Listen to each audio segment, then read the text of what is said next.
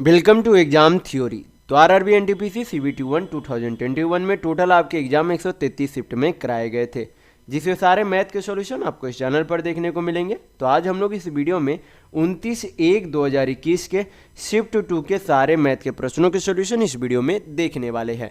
तो वीडियो के अंत तक जरूर बने रहिएगा। तो अगर आप इस चैनल पर नए हैं तो हमारे चैनल को सब्सक्राइब जरूर कर ले। यह हमारा सोशल मीडिया प्लेटफॉर्म है, आप हमसे यहाँ भी जुड़ सकते हैं। इसके लिंक आपको इस वीडियो के डिस्क्रिप्शन बॉक्स में मिल जाएंगे। और इस वीडियो को अपने दोस्तों के साथ शेयर करना बिल्कुल भी नहीं भूलिएगा। तो इस वीडियो में हम लोग 29/1/2021 के शिफ्ट 2 के सारे मैथ के प्रश्नों के सॉल्यूशन देखने वाले हैं। बाकी जो भी आपको यहाँ पर पीला रंग में देखने को मिल रहा है वो सारे शिफ्टों के सॉल्यूशन इस चैनल पर पहले ही करा दिए गए हैं। तो सारे वीडियो आप हमारे चैनल के प्लेलिस्ट में जाकर देख सकते हैं। तो चलिए बढ़ते आज के प्रश्नों की ओर। देखेंगे क्वेश्चन नंबर 1। यहां पर दिया गया है कि इस तरीके से यहां पर अंक दिया गया है। तो इस तरीके के प्रश्न को जो है हम लोग किस तरीके से बनाएंगे कि सबसे पहले यहां पर क्या करेंगे, यहां पर जो है क्या दिया गया, एक तरीके से a प्लस बी का होल स्क्वायर दिया गया, a माइनस बी का होल स्क्वायर दिया गया। नीचे आपका क्या है, a इंटू ए यानी कि a square plus b into B यानी कि b स्क्वायर है। यानी कि अगर हम लोग 3.17 को इसे कुछ समय के लिए a मान ले, इसे क्या मान ले, b मान ले, तो ऊपर में हमें क्या देखने को मिल रहा है, a प्लस बी का होल स्क्वायर है। क्या है, a प्लस बी का होल स्क्वायर प्लस यहां पर आपका क्या है, इसे हम लोगों ने क्या माना था, a, यानी कि क्या है a माइनस 9.12 आपका क्या है, b है, यानी कि a माइनस बी का आपका क्या है, होल स्क्वायर है, बटा नीचे आपका क्या हो गया, इसे हम लोगों ने क्या माना था a, तो a इंटू ए आपका क्या हो जाएगा, a स्क्वायर प्लस इसे हम लोगों ने क्या माना था b, तो b इंटू बी आपका क्या हो जाएगा, b स्क्वायर हो जाएगा। हल करेंगे तो यहां पर से आपका क्या आ जाएगा, यहां पर से जब इसे तोड़ेंगे तो a square plus b square plus 2ab आएगा। क्या आएगा, ये आपका a प्लस बी का होल स्क्वायर इसे तोड़ा गया है, प्लस a माइनस बी का होल स्क्वायर तोड़ेंगे तो आपका क्या आ जाएगा, a square plus b square minus 2ab आ जाएगा। नीचे आपका क्या है, A square plus B square है, तो प्लस 2ab माइनस 2ab क्या हो जाएगा, कट जाएगा। यहां पर हमें क्या दिख रहा है, 2a स्क्वायर है 2b स्क्वायर है, यानी कि अगर दो ऊपर कॉमन ले ले तो ऊपर में अंदर में क्या बचेगा, a square plus B square बचेगा। नीचे आपका क्या है, A square plus B square है, तो ये हमें क्या दिख रहा है, समान देखने को मिल रहा है, तो क्या हो जाएंगे, कट जाएंगे, यानी कि आपका आंसर कितना आ जाएगा, 2 आ जाएगा। तो इस तरीके के प्रश्न को आप हमेशा इसी तरीके से बनाया करेंगे। तो यहां पर आपका ऑप्शन नंबर 1 बिल्कुल सही होगा। नेक्स्ट क्वेश्चन देखेंगे,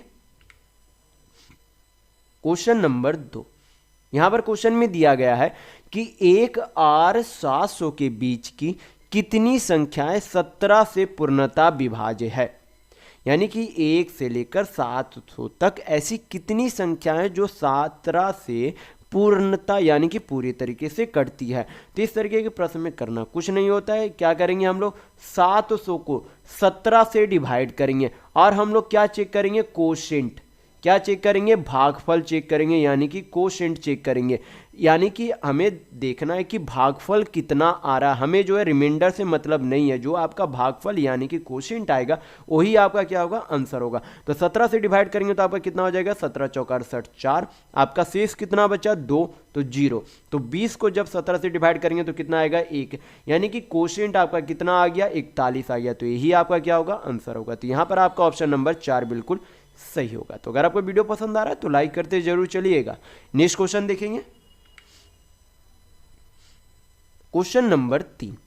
यहां पर क्वेश्चन में दिया गया है कि जब वस्तु का क्रय मूल्य 950 रुपये यानी कि सीपी 950 रुपये है और विक्रय मूल्य यानी कि एसपी कितना है, 1140 रुपये, तो आपसे पूछा जा रहा है कि प्रतिशत लाभ यानी कि प्रॉफिट परसेंट कितना है। तो यहाँ पर जो है सीपी दिया गया, एसपी दिया गया है। तो सबसे पहले हमें अगर प्रॉफिट परसेंट चाहिए तो हमें क्या निकालना होगा कि कितने रुपये का प्रॉफिट यानी कि लाभ हुई है। तो यहाँ पर कितने रुपये का लाभ हुआ है, तो क्या करेंगे, एसपी माइनस सीपी यानी कि विक्रय मूल्य माइनस क्रय मूल्य करेंगे। तो विक्रय मूल्य कितना है, 1140, क्रय मूल्य कितना है, 950, माइनस करेंगे तो कितना आ जाएगा, 140 50 यानी कि 190 रुपये का क्या हुआ, प्रॉफिट यानी कि लाभ हुआ। लाभ का हमेशा तुलना किस पर मूल्यता किया जाता है, तो क्रय मूल्य पर किया जाता है। तो क्रय मूल्य आपका कितना दिया गया, 950 रुपया दिया गया। परसेंट में वैल्यू चाहिए तो हम लोग क्या करेंगे, 100 से गुना करेंगे, हल करेंगे, आपका आंसर आ जाएगा 190 से जब 950 को काटें कितने बार में चला जाएगा, 5 बार में, 5 से आपका 100 20 बार में चला जाएगा। तो प्रॉफिट परसेंट आपका यानी कि लाभ प्रतिशत कितना आ गया, 20 प्रतिशत। तो यहां पर आपका ऑप्शन नंबर 1 बिल्कुल सही होगा। नेक्स्ट क्वेश्चन देखेंगे, क्वेश्चन नंबर 4। यहां पर दिया गया है कि 500 का 50% बराबर 2500 के कितने प्रतिशत के बराबर है। तो यहां पर सबसे पहले क्या करेंगे, 500 का 50% निकालेंगे, यानी कि 50% फ्रैक्शन वैल्यू कितना हो जाता है, आधा, यानी कि 500 का आधा कितना होता है, 250। तो आपसे पूछा जा रहा है कि 250 जो है 2500 का, यानी कि 2500 का कितना प्रतिशत है, प्रतिशत में वैल्यू चाहिए तो क्या करेंगे, 100 से गुना करेंगे, हल करेंगे, आपका आंसर आ जाएगा। तो हल कर लेते, 2 शून्य 2 शून्य चला गया, 25 से काटेंगे 250 को तो कितना बार में चला जाएगा, 10 बार में, यानी कि कितने प्रतिशत, यानी कि 2500 का 10% कितने के बराबर है, 500 के 50% के बराबर है। तो यहां पर आपका ऑप्शन नंबर 4 बिल्कुल सही होगा। नेक्स्ट क्वेश्चन देखेंगे, क्वेश्चन नंबर 5। यहां पर क्वेश्चन में दिया गया है कि मिस्टर कुक ने एक पुस्तक 14% के लाभ पर बेची। यदि उन्होंने इसे 5.4 रुपये अधिक में बेचा होता तो उन्हें 20% का लाभ होता। तो आपसे पूछा जा रहा है कि उस पुस्तक का क्रय मूल्य यानी कि सीपी क्या है। तो यहां पर जो है सबसे पहले क्वेश्चन में बोला गया कि 14% प्रॉफिट के जगह जो अगर इतने रुपये अधिक में बेचा जाता तो कितना का लाभ होता, 20% का लाभ होता, यानी कि प्रतिशत में कितना अधिक लाभ होता है। सबसे पहले हम लोग वो चेक करेंगे, तो 14 के जगह 20% के लाभ होता है, यानी कि कितना अधिक लाभ होता, तो 6% अधिक लाभ होता, और रुपये में कितना लाभ होता अधिक, तो 5.4 रुपया अधिक लाभ होता। सीपी हमें चाहिए, तो सीपी यानी कि क्रय मूल्य, किसी भी वस्तु का क्रय मूल्य जो है खुद में कितना होता है, 100% होता है, यानी कि असल में हमें चाहिए क्या, 100% का वैल्यू चाहिए। तो अगर 100% का वैल्यू निकाल लेंगे तो सीपी आपका आ जाएगा। तो हल कर लेते, 6 से काटेंगे 5.4 को तो कितना आ जाएगा, 0.9। हमें क्या चाहिए, 100% का वैल्यू चाहिए, तो क्या करेंगे, क्योंकि ये अभी आपका क्या है 1% का वैल्यू आया, 100% का वैल्यू चाहिए तो क्या करेंगे, 100 से गुना करेंगे, तो आपका आंसर कितना आ जाएगा, 90, यानी कि वस्तु का क्रय मूल्य सीपी कितना था, तो 90 रुपया था। तो यहां पर आपका ऑप्शन नंबर 1 बिल्कुल सही होगा। नेक्स्ट क्वेश्चन देखेंगे, क्वेश्चन नंबर 6।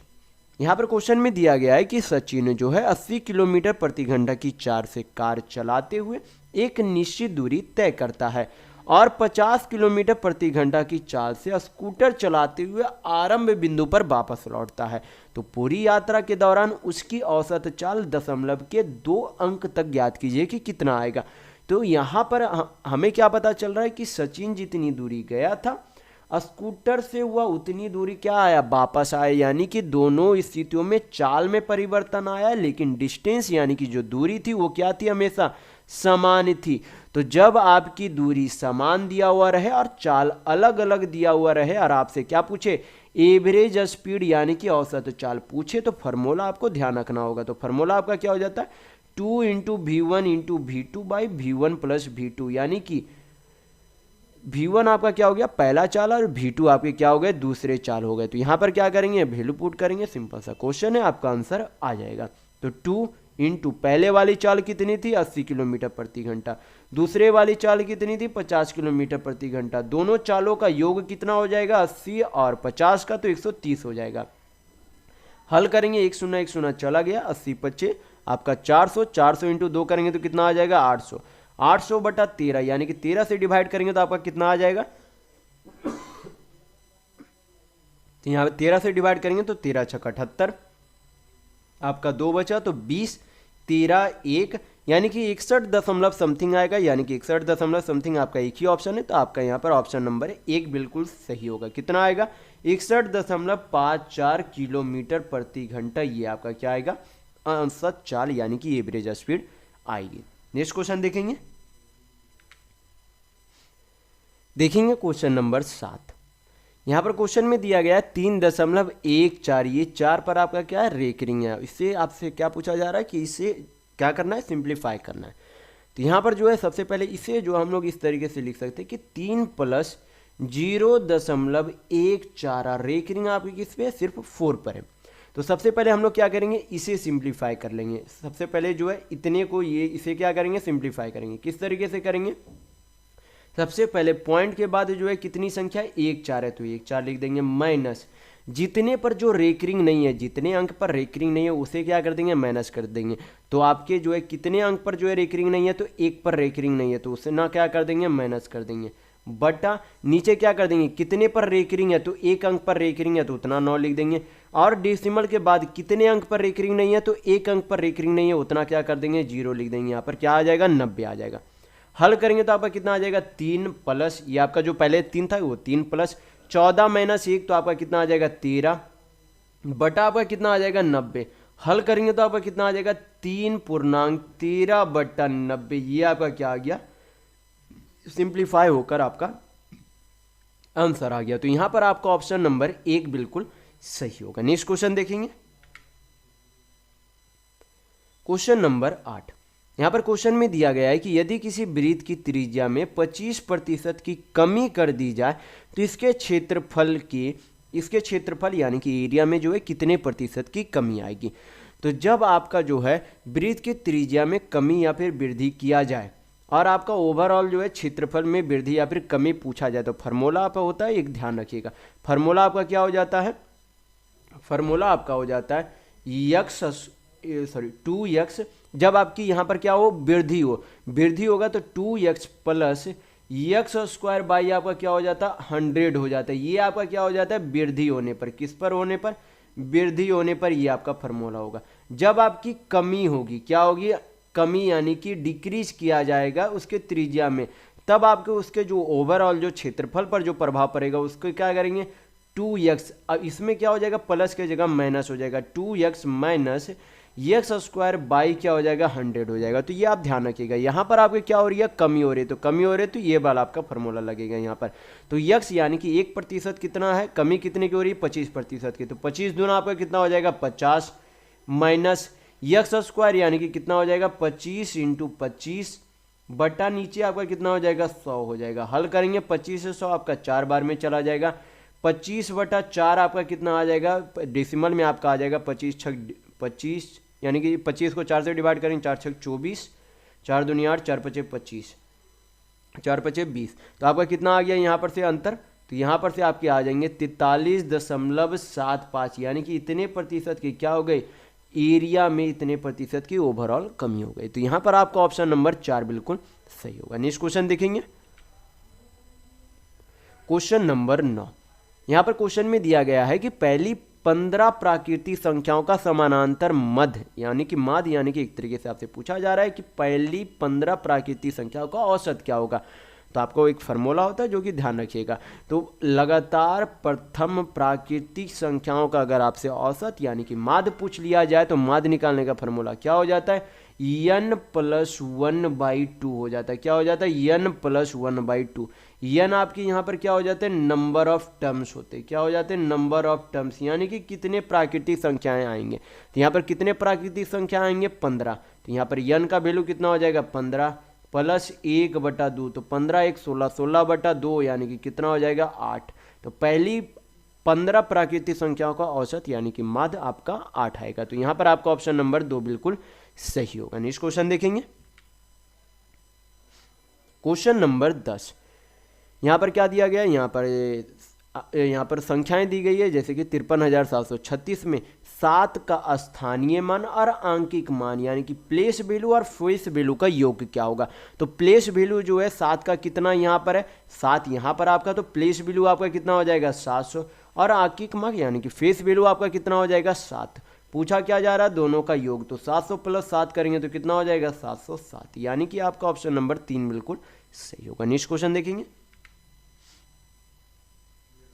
Question number 11।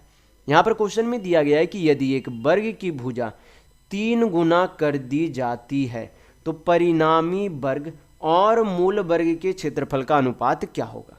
तो यहाँ पर अगर मान ले कि पहले जो भुजा थी वर्ग की भुजा ए थी, अब कितने हो गए 3 गुना यानी कि 3a हो गई। तो पूछा क्या जा रहा है कि परिणामी वर्ग यानी कि जो नया भुजा है उस वर्ग का क्षेत्रफल और मूल वर्ग का क्षेत्रफल यानी कि पुराने वाले वर्ग के क्षेत्रफल का अनुपात क्या होगा। तो क्षेत्रफल का फॉर्मूला क्या होता है वर्ग का, भुजा का स्क्वायर यानी कि साइड का स्क्वायर। तो नया वाला भुजा कितना है 3a तो उसका स्क्वायर करेंगे, पुराना वाला कितना a है तो उसका स्क्वायर करेंगे। पूछा क्या जा रहा है दोनों का अनुपात, हल कर लेंगे कितना आ जाएगा 3 3 9a स्क्वायर अनुपात ए स्क्वायर आ जाएगा। तो ए स्क्वायर चला गया तो दोनों के क्षेत्रफल का अनुपात कितना हो जाएगा, 9:1। तो यहां पर आपका ऑप्शन नंबर 1 बिल्कुल सही होगा। नेक्स्ट क्वेश्चन देखेंगे, क्वेश्चन नंबर 12।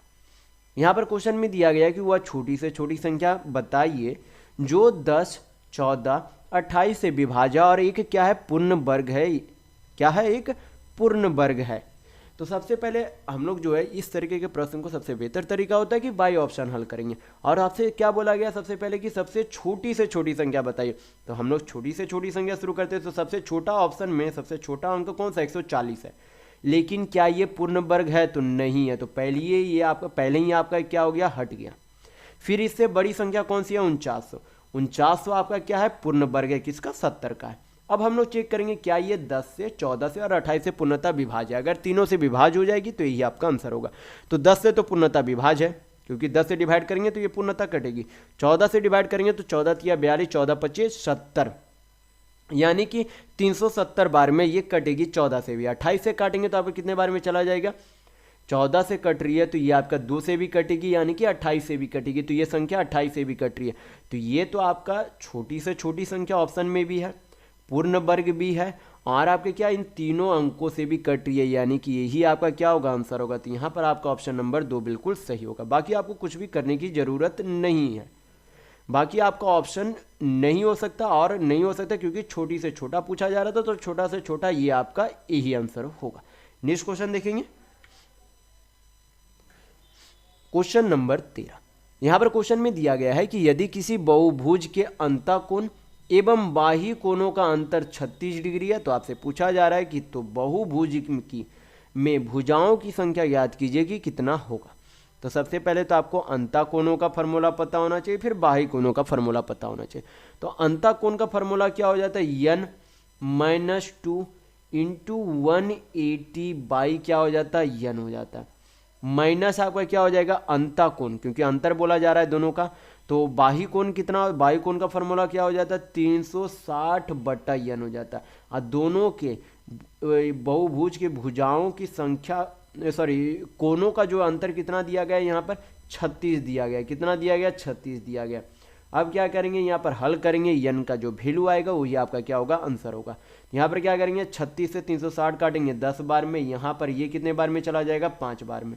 हल करेंगे तो यहाँ पर 5 अंदर गुना होगा तो कितना हो जाएगा, 5n माइनस 5 दूनी 10 माइनस यहाँ भी 10, नीचे n आपका एलसीएम हो जाएगा। तो n हम लोग इधर भेज सकते हैं, तो बराबर n इधर भेजेंगे इसे, तो आपका क्या हो जाएगा, 5n माइनस n करेंगे तो 4n माइनस 10 माइनस 20 उधर भेजेंगे तो प्लस 20 हो जाएगा।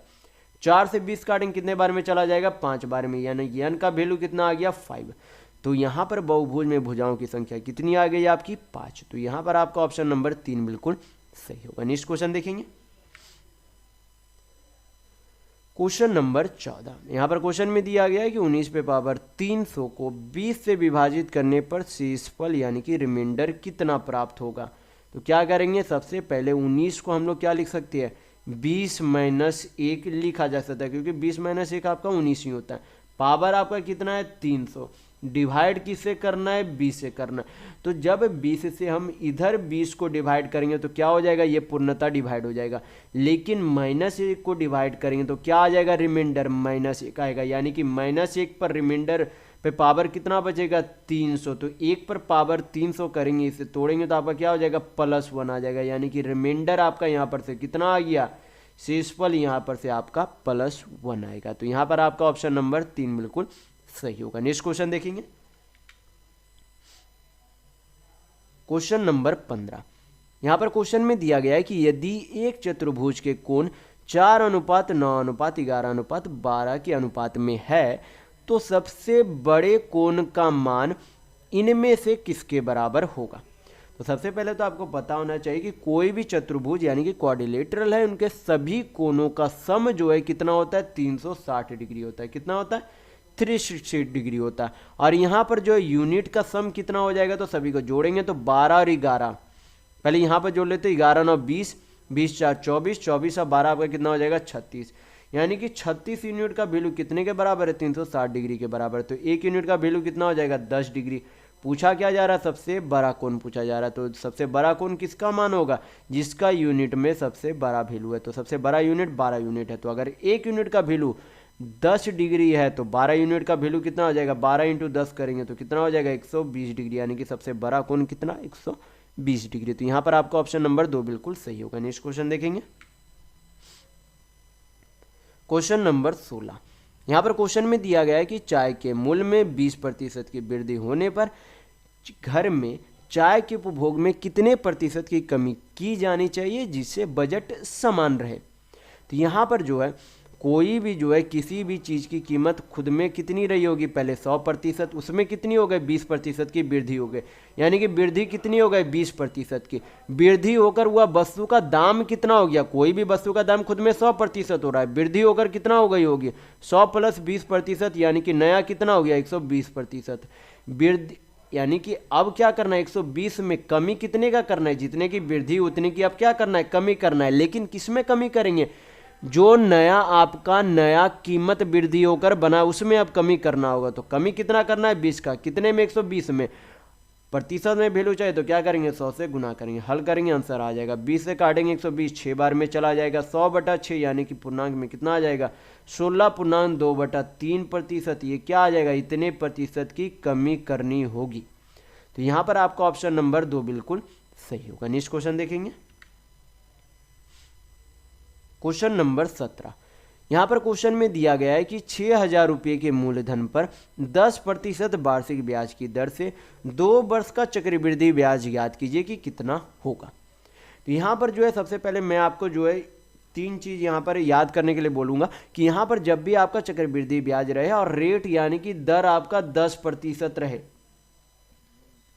क्या रहे, जब आपका चक्रवृद्धि ब्याज यानी कि कंपाउंड इंटरेस्ट निकालना और आपका रेट यानी कि दर कितना हो 10% हो, तब आपका 2 साल का ओवरऑल ब्याज कितना हो जाएगा 21% होगा। कितना होगा 21%। 3 साल का ओवरऑल ब्याज कितना हो जाएगा 33.1% हो जाएगा। और 4 साल का ओवरऑल आपका ब्याज कितना हो जाएगा 46.41 इतने प्रतिशत होगा। तो ये आप हमेशा जो है ये 3 साल का याद रखिएगा कि 2 साल का ओवरऑल ब्याज 21%, 3 साल का 33.1% और 4 साल का 46.41% होगा। तो ये आप ध्यान रखिएगा। तो यहाँ पर हमें क्या निकालना है 2 साल का चक्रवृद्धि ब्याज। तो 2 साल का चक्रवृद्धि ब्याज ओवरऑल और जो है प्रतिशत ब्याज कितना हो जाएगा 21% का ब्याज होगा। यानी कि हमें क्या निकालना है 6,000 का 21% यानी कि 21% निकालना। हल करेंगे आपका कंपाउंड इंटरेस्ट 2 साल का आ जाएगा। तो हल कर लेते 2 शून्य 2 शून्य चला गया, 21 छक्का आपका कितना हो जाएगा 126 यानी कि 1260 आपका क्या आ गया 2 साल का चक्रवृद्धि ब्याज यानी कि कंपाउंड इंटरेस्ट आ गया। तो यहाँ पर आपका ऑप्शन नंबर 1 बिल्कुल सही होगा। नेक्स्ट क्वेश्चन देखेंगे, क्वेश्चन नंबर 18। यहाँ पर क्वेश्चन में दिया गया है कि यदि 2 संख्याओं का योग 30 है और उनका गुणनफल 50 है तो आपसे पूछा जा रहा है कि उनके व्युत्क्रम का योग यानी कि रेसिप्रोकल का सम कितना होगा। तो यहाँ पर मान लेते कि एक संख्या x है दूसरी संख्या y है, दोनों संख्याओं का योग कितना दिया गया 30 और दोनों संख्या का गुणनफल यानी कि x × y कितना दिया गया 50 दिया गया। पूछा क्या जा रहा है दोनों का व्युत्क्रम का योग, यानी कि एक संख्या अगर x है तो उसका व्युत्क्रम यानी कि रेसिप्रोकल कितना हो जाएगा 1/x, अगर और दूसरी संख्या अगर y है तो उसका रेसिप्रोकल यानी कि व्युत्क्रम कितना हो जाएगा 1/y। दोनों का क्या पूछा जा रहा है योग पूछा जा रहा है। हल करेंगे एलसीएम लेंगे तो xy ऊपर में क्या हो जाएगा x + y। तो अभी हमें जो है दोनों का वैल्यू पता है, x + y का भी वैल्यू पता है और x × y का भी वैल्यू पता है। तो x + y कितना दिया गया है 30, x × y कितना दिया गया 50। हल करेंगे 0 0 चला गया तो आपका कितना आ जाएगा यहाँ पर से आंसर 3/5 आपका आंसर आ जाएगा। तो यहाँ पर आपका ऑप्शन नंबर 2 बिल्कुल सही होगा। नेक्स्ट क्वेश्चन देखेंगे, क्वेश्चन नंबर 19। यहाँ पर दिया गया है कि cot 35 डिग्री बराबर कितना वैल्यू दिया गया 2 - √3। और आपसे क्या पूछा जा रहा है tan 35 degree cot 55 degree plus tan 55 degree into cot 35 degree का वैल्यू पूछा जा रहा है। तो यहाँ पर सबसे पहले क्या करेंगे हमें जो है 35 डिग्री से रिलेट करना है। तो किस तरीके से करेंगे cot को tan में चेंज करेंगे। तो यहाँ पर क्या हो जाएगा cot 55 डिग्री को चेंज करके हम लोग tan 35 डिग्री लिखा जा सकता है। उसी तरीके से हमें रिलेट करना है किससे 35 डिग्री से। तो tan 55 डिग्री को हम लोग क्या लिख सकते हैं यहाँ पर से कॉट 35 डिग्री लिख सकते हैं। हल करेंगे यहाँ पर से tan 35 इंटू tan 35, तो क्या हो जाएगा tan स्क्वायर 35 डिग्री, कितना हो जाएगा tan square 35 degree plus cot 35 plus आपका क्या हो जाएगा कॉट स्क्वायर 35 डिग्री हो जाएगा। क्या करेंगे हल करेंगे, लेकिन यहाँ पर तो कॉट 35 का मान दिया हो तो tan 35 का मान कितना हो जाएगा, तो tan 35 का मान यहाँ पर आपका हो जाएगा उल्टा, यानी कि 1/2 माइनस √3, यानी कि अगर इसका रेशनलाइज करेंगे तो आपका कितना हो जाएगा 2 + √3 आपका हो जाएगा, कितना हो जाएगा 2 + √3, ये आपका क्या आ गया tan 35 डिग्री का वैल्यू आ गया। अब क्या करेंगे यहाँ पर पुट कर देंगे, आपका आंसर आ जाएगा tan 35 का मान आपका कितना है 2 + √3 का आपका क्या हो जाएगा होल स्क्वायर प्लस कॉट 35 का मान कितना दिया गया है 2 - √3 दिया गया है, कितना दिया गया है 2 - √3 का क्या हो जाएगा होल स्क्वायर। हल करेंगे आपका आंसर आ जाएगा 2 का स्क्वायर 4 √3 का स्क्वायर 3, तो 4 और 3 कितना हो जाएगा 7 प्लस 4 √3 प्लस 7 माइनस आपके क्या हो जाएंगे 4 √3, तो प्लस 4 √3 माइनस 4 √3 आपका चला गया 7 और 7 आपके कितने हो जाएंगे आंसर 14।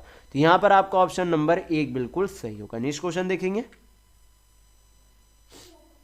Question number 20। यहाँ पर क्वेश्चन में दिया गया है कि एक वस्तु को 2400 रुपये में बेचने पर 20% का लाभ होता है, उसी वस्तु को 2600 रुपये में बेचे जाने पर हुआ लाभ प्रतिशत कितना होगा, ये आपसे पूछा जा रहा है। तो सबसे पहले हमें क्या निकालना होगा सीपी यानी कि क्रय मूल्य निकालना होगा। तो उस वस्तु को बेचा कितने में 2400 में बेचा, यानी कि किसी भी वस्तु का क्रय मूल्य कितना होता है 100% का सामान, 100% का सामान कितने में बेच दिया 20% के लाभ पर, यानी कि कितने में बेच दिया 120% में। हल करेंगे काटेंगे 120 से तो कितने बार में चला जाएगा 20 बार में चला जाएगा, तो कितना आ जाएगा आपका क्रय मूल्य कितना आ गया 2000 रुपये। तो फिर बोला गया कि 2000 रुपये के सामान को कितने में बेचा जा रहा है 2600 रुपये में बेचा जा रहा है, तो कितने का लाभ हो रहा है 600 रुपये का लाभ हो रहा है, कितने पर 2000 रुपये पर, क्योंकि लाभ हमेशा सीपी पर गणना की जाती है आमतौर पर। परसेंट में वैल्यू चाहिए तो क्या करेंगे 100 से गुना करेंगे, हल करेंगे आंसर आ जाएगा 2 0 2 0 और आपका यहाँ पर से 1 0 1 0 चला गया, 2 से काटेंगे 6 3 बार में चला जाएगा, 3 × 10 करेंगे तो आपका प्रॉफिट परसेंट कितना आ गया 30%। तो यहाँ पर आपका ऑप्शन नंबर 2 बिल्कुल सही होगा। नेक्स्ट क्वेश्चन देखेंगे, क्वेश्चन नंबर 21। यहाँ पर आपसे दिया गया है कि 4 sin square theta plus 5 cos square theta का न्यूनतम मान यानी कि मिनिमम वैल्यू क्या होगा। तो सबसे पहले जो हम लोग इस तरीके से इसे लिख सकते हैं 4 sin square theta plus 4 cos square theta plus cos square theta, इसे इस तरीके से लिखा जा सकता है। इन दोनों में हम लोग क्या करेंगे 4 कॉमन ले लेंगे तो आपका क्या बचेगा sin स्क्वायर थीटा प्लस आपके cos स्क्वायर थीटा बचेंगे, प्लस आपका इधर कितना हो गया cos स्क्वायर थीटा। यहाँ पर क्या हो जाएगा sin square theta plus cos square theta का वैल्यू कितना होता है 1, तो 4 × 1 करेंगे तो आपका कितना हो जाएगा 4, प्लस आपके कितने हो जाएंगे cos स्क्वायर थीटा। हमसे क्या पूछा जा रहा है मिनिमम वैल्यू पूछा जा रहा है, तो मिनिमम वैल्यू निकालने के लिए यहाँ पर क्या करेंगे मिनिमम वैल्यू निकालने के लिए थीटा का वैल्यू क्या पुट करेंगे 90 डिग्री वैल्यू पुट करेंगे, 90 डिग्री पुट करेंगे। अगर आपसे यहाँ पर मैक्सिमम पूछ लेता, मिनिमम पूछा जा रहा है तो यहाँ पर थीटा का वैल्यू 90 डिग्री पुट करेंगे। अगर आपसे यहाँ पर मैक्सिमम पूछ लिया जाता यानी कि महत्तम पूछ लिया जाता तो थीटा का वैल्यू फिर क्या पुट करते 0 डिग्री पुट करते, क्योंकि हमें पता है कि cos 90 का मान कितना होता है 0 होता है और cos 0 का मान कितना होता है 1 होता है, तो ये ध्यान रखिएगा। तो मिनिमम चाहिए तो थीटा का वैल्यू 90 पुट करेंगे, तो थीटा का वैल्यू अगर 90 पुट किया जाता है तो वैल्यू कितना आ जाएगा 0, यानी कि इसका वैल्यू कितना आ जाएगा तो 0, तो 4 + 0 करेंगे तो कितना आ जाएगा 4, यानी कि मिनिमम वैल्यू कितना होगा 4। तो यहाँ पर आपका ऑप्शन नंबर 4 बिल्कुल सही होगा। नेक्स्ट क्वेश्चन देखेंगे,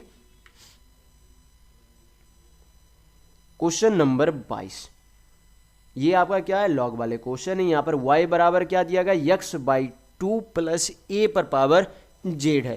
तो यहाँ पर क्या करेंगे सबसे पहले यहाँ पर जो है इसे इस तरीके से लिखा जाएगा कि log y बराबर log x/2 + a पर पावर आपके क्या हो जाएंगे z हो जाएंगे। तो आपको पता होना चाहिए कि log m/n को हम लोग क्या लिख सकते हैं log m - log n लिखा जा सकता है, यानी कि इस तरीके से कि log y बराबर log x - log 2 plus 2 plus ए पर पावर जेड हो जाएगा। यहाँ पर डिफ्रेंसिएशन करेंगे तो यहाँ पर आपके क्या हो जाएंगे, लॉग वाई बराबर log X minus Z log 2 plus A आपका आ जाएगा। हमें क्या चाहिए, जेड का वैल्यू चाहिए। क्या पूछा जा रहा है यहाँ पर, जेड का वैल्यू पूछा जा रहा है। तो जेड वाले वैल्यू को इधर कर देंगे, क्या करेंगे, इधर करेंगे। तो आपके क्या हो जाएंगे, जेड लॉग 2 प्लस ए बराबर आपके क्या हो जाएंगे, लॉग एक्स माइनस आपके क्या हो जाएंगे, लॉग वाई हो जाएंगे। तो अभी मैंने बताया था कि लॉग एक्स बाई, यानी कि जैसे कि यहाँ पर था लॉग एक्स बाई 2 प्लस ए पर पावर जेड थे, यानी कि लॉग, यहाँ पर मैं लिख देता हूँ लॉग यम बाई एन को क्या लिखा जा सकता है, लॉग यम माइनस लॉग एन लिखा जा सकता है। तो अगर लॉग यम बाई एन को लॉग यम माइनस लॉग एन लिखा जा सकता है, तो लॉग यम माइनस लॉग एन को वापस क्या लिखा जा सकता है, लॉग यम बाई एन लिखा जा सकता है। तो यहाँ पर आपके क्या लॉग एक्स है माइनस लॉग वाई है, तो इसे हम लोग क्या लिख सकते हैं, लॉग एक्स बाई वाई लिखा जा सकता है। बराबर आपके क्या थे, जेड लॉग 2 प्लस ए थे। हल करेंगे, जेड का वैल्यू चाहिए था, तो जेड बराबर आपके क्या हो जाएंगे, log X by Y by आपके क्या हो जाएंगे यहाँ पर से लॉग 2 प्लस ए थे। तो इसे जो हम लोग फिर इस तरीके से लिखा जा सकता है कि लॉग ई यहाँ पर X by Y by log 2 plus ये जो आपका क्या आ जाएगा, ये आपका आंसर आएगा। तो यहाँ पर आपका ऑप्शन नंबर 1 बिल्कुल सही होगा। नेक्स्ट क्वेश्चन देखेंगे, क्वेश्चन नंबर 23।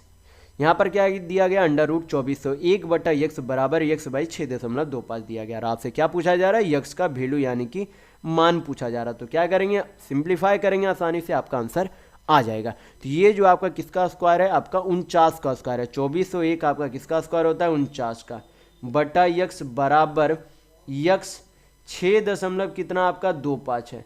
पॉइंट हटाएंगे तो ऊपर आपका कितना चला जाएगा, 100। हल करेंगे 25 से 100 बार में, 25 से 4 बार में, ये आपका 25 से 25 बार में।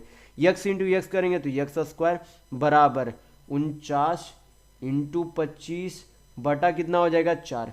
हल करेंगे, एक्स बराबर क्या हो जाएगा उधर अंडर रूट को तब तोड़ेंगे तो 49 कितना हो जाएगा 7, 25 कितना हो जाएगा 5 और 4 कितना हो जाएगा 2। हल करेंगे 7 × 5 = 35 बटा 2, यानी कि 35 को 2 से डिवाइड करेंगे तो कितना आ जाएगा, एक्स का वैल्यू 17.5। तो यहाँ पर आपका ऑप्शन नंबर 3 बिल्कुल सही होगा। नेक्स्ट क्वेश्चन देखेंगे,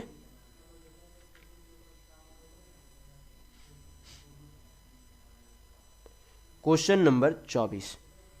यहाँ पर जो है क्या दिए गए, संख्या दी गई है और आपसे पूछा जा रहा है कि 5 का स्थानीय मान यानी कि प्लेस वैल्यू क्या होगा। तो सबसे पहले 5 कहाँ पर है, यहाँ पर आपके, ये आपके 5 है।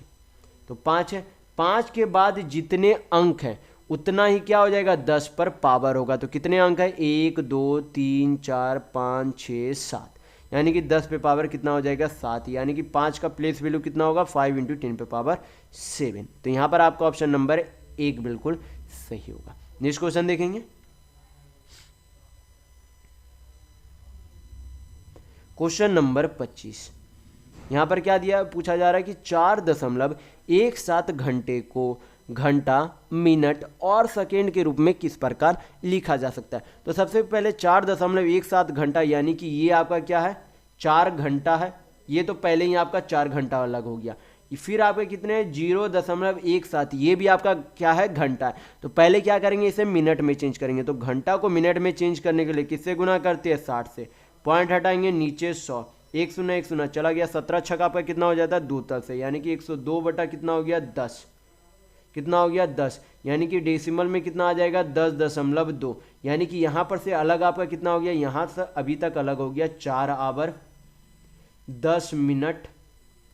और यहाँ पर आपके क्या बच गया 10 मिनट अगर अलग हो गए तो 0.2 आपके क्या आ गए, ये अभी फिलहाल मिनट में। अब इसे क्या करेंगे, सेकेंड में चेंज करेंगे। तो मिनट को सेकेंड में चेंज करने के लिए किसे गुना करेंगे, 60 से गुना करेंगे। हल करेंगे, पॉइंट हटाएंगे, सुनना नीचे 1 0 चला गया, 6 दूना आपका कितना हो जाएगा 12, यानी कि 4 घंटा 10 मिनट 12 सेकेंड, ये आपका क्या आएगा, तोड़ने पर इतना आएगा 4 घंटा 10 मिनट 12 सेकेंड। तो यहाँ पर आपका ऑप्शन नंबर 2 बिल्कुल सही होगा। नेक्स्ट क्वेश्चन देखेंगे, क्वेश्चन नंबर 26। यहाँ पर क्वेश्चन में दिया गया है कि यदि ए और बी का लासा सी है यानी कि एलसीएम सी है तो आपसे पूछा जा रहा है कि मासा क्या होगा। तो सबसे पहले आपको पता होना चाहिए कि जब दो संख्याएं दी हुई रहे और एलसीएम दिया हुआ रहे, एचसीएफ आपसे पूछा जाए या फिर कुछ भी पूछ लिया जाए इस तरीके से, तब जो एक फार्मूला होता है कि पहली संख्या इंटू दूसरी संख्या बराबर होता है इन दोनों संख्याओं के एलसीएम और इन दोनों संख्याओं के एचसीएफ के गुणज के बराबर होता है। तो ये फार्मूला आप ध्यान रखिएगा। तो पहली संख्या कितनी दी गई है ए, दूसरी संख्या बी, दोनों का एलसीएम कितना दिया गया सी, पूछा क्या जा रहा है एचसीएफ पूछा जा रहा है। तो एचसीएफ आपका कितना हो जाएगा यहाँ पर से ए बी बाई क्या हो जाएगा सी हो जाएगा। ये आपका क्या आ गया एचसीएफ यानी कि महत्तम आ गया। तो यहाँ पर आपका ऑप्शन नंबर 2 बिल्कुल सही होगा। नेक्स्ट क्वेश्चन देखेंगे, क्वेश्चन नंबर 27।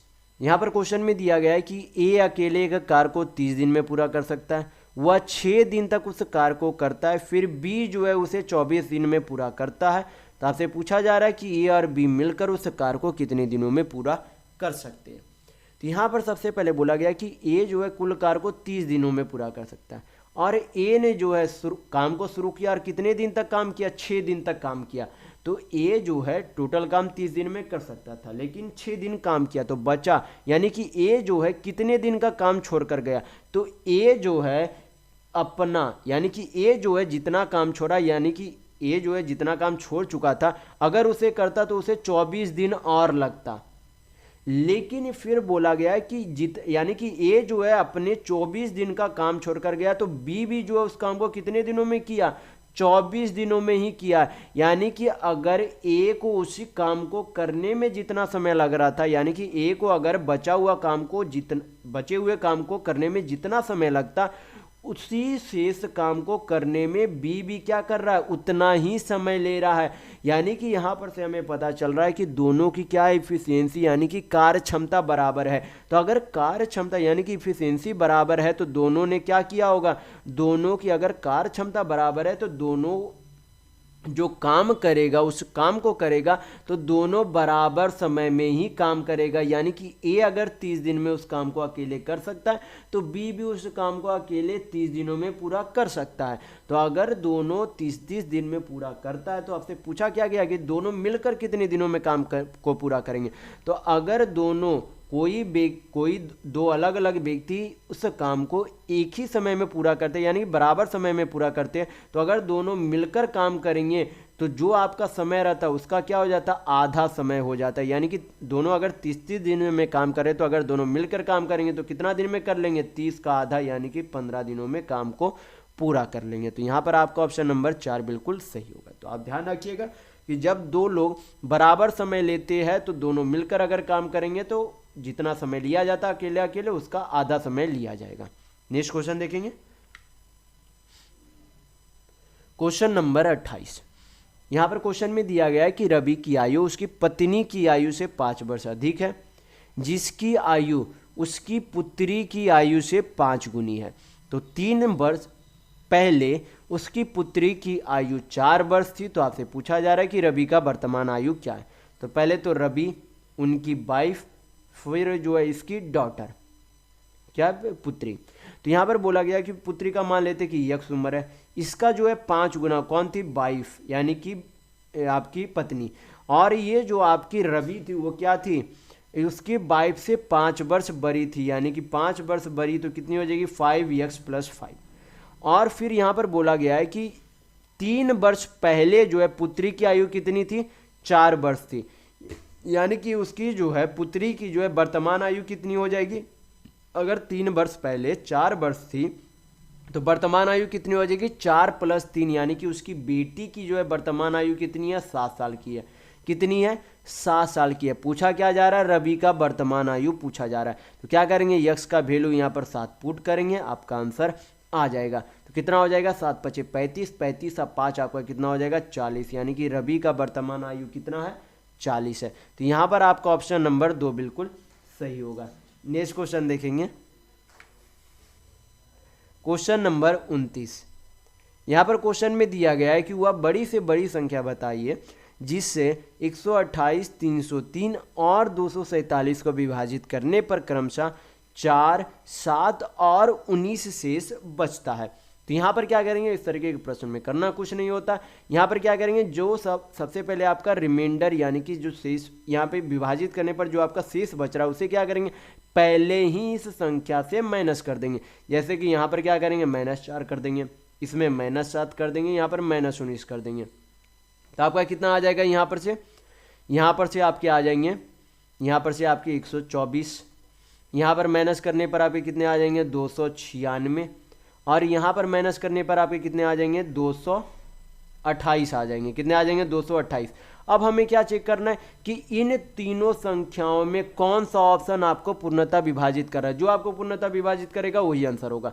तो 4 से तो हमें साफ दिख रही है कि 4 से डिवाइड हो रही है, लेकिन हमें क्योंकि अगर आप बेसिक से जाएंगे तो इसका हमें क्या निकालना होता है, एचसीएफ। अगर आप इसे बेसिक से निकालना चाहते हैं तो क्या कर लेंगे, इन तीनों संख्याओं का एचसीएफ निकाल लेंगे, आपका वही आंसर हो जाएगा।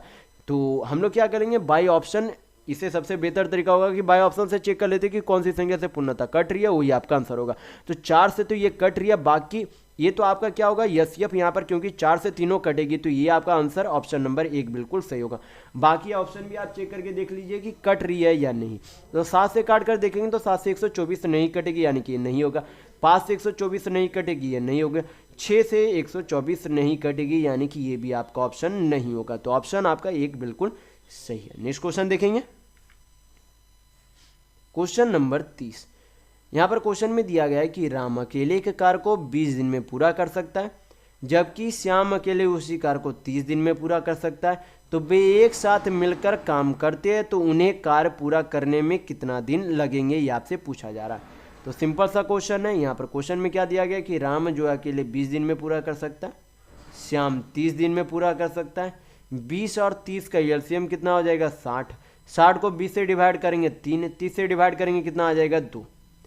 तो पूछा क्या जा रहा है कि दोनों मिलकर काम को कितने समय में पूरा करेंगे। तो करना कितना काम है 60 काम, और दोनों मिलकर एक दिन में कितना काम करेंगे, तो 3 और 2 5 यूनिट काम करेंगे। तो एक दिन कुल काम को एक दिन के काम से डिवाइड कर देंगे तो आपका समय आ जाएगा। कितना हो जाएगा, यहाँ पर से 5 से 60 काटेंगे तो 12 बार में चला जाएगा, यानी कि दोनों मिलकर उस काम को 12 दिन में पूरा कर लेंगे। तो यहाँ पर आपका ऑप्शन नंबर 1 बिल्कुल सही होगा। नेक्स्ट क्वेश्चन देखेंगे, क्वेश्चन नंबर 31। यहाँ पर क्वेश्चन में दिया गया है कि यदि साइन x माइनस वाई बराबर √3/2 है, कॉस x प्लस वाई बराबर 1/2 है, तो आपसे पूछा जा रहा है कि जहाँ x और y धनात्मक न्यून कोण है और x का वैल्यू जो है क्या है y के बराबर या फिर y से बड़ा है, तो x का मान ज्ञात कीजिए कि कितना होगा। तो सबसे पहले साइन x माइनस वाई बराबर √3/2 है, यानी कि साइन कितने डिग्री का मान √3/2 होता है, तो साइन 60 का मान √3/2 होता है। तो यहाँ पर क्या हो जाएगा आपका x माइनस वाई का मान 60 डिग्री होगा। उसी तरीके से कॉस के कितने का मान जो है हाफ होता है, तो कॉस 60 का मान हाफ होता है। तो यहाँ पर x प्लस वाई आपका कितना हो जाएगा 60। पूछा क्या जा रहा है x का वैल्यू, दोनों को जोड़ेंगे तो -y प्लस वाई कट जाएगा, 2x बराबर आपके कितने होगा 120। तो x आपका कितना आ जाएगा 60 डिग्री। x का वैल्यू कितना हो गया 60 डिग्री। तो यहाँ पर आपका ऑप्शन नंबर 3 बिल्कुल सही होगा। नेक्स्ट क्वेश्चन देखेंगे, क्वेश्चन नंबर 32। यहाँ पर क्वेश्चन में दिया गया है कि एक शहर की जनसंख्या में प्रतिवर्ष 10% की वृद्धि होती है। वर्तमान में इसकी जनसंख्या 1000 है, तो कितने वर्ष में इसकी जनसंख्या बढ़कर 1331 हो जाएगी। तो यहाँ पर जो है सबसे पहले हम लोग क्या करेंगे, 10% का फ्रैक्शन वैल्यू कितना हो जाएगा 1/10, यानी कि 1/10। यानी कि अगर एक साल, यानी कि शुरुआत में उसकी जनसंख्या 10 यूनिट है, तो प्रत्येक साल में क्या हो रही है 1 यूनिट की वृद्धि हो रही है, यानी कि उसका जो है फ्रैक्शन कितना हो जाएगा 10। 1 की वृद्धि हो रही है, यानी कि कितना हो जा रहा है प्रत्येक साल 11 यूनिट हो जा रही है। फिर हम लोग क्या करेंगे, यहाँ पर जो हम लोग क्या करेंगे, जो बढ़ी हुई यानी कि जो बढ़ी हुई जनसंख्या वो कितनी है 1331 है, और शुरुआती जनसंख्या कितनी थी 1000 थी।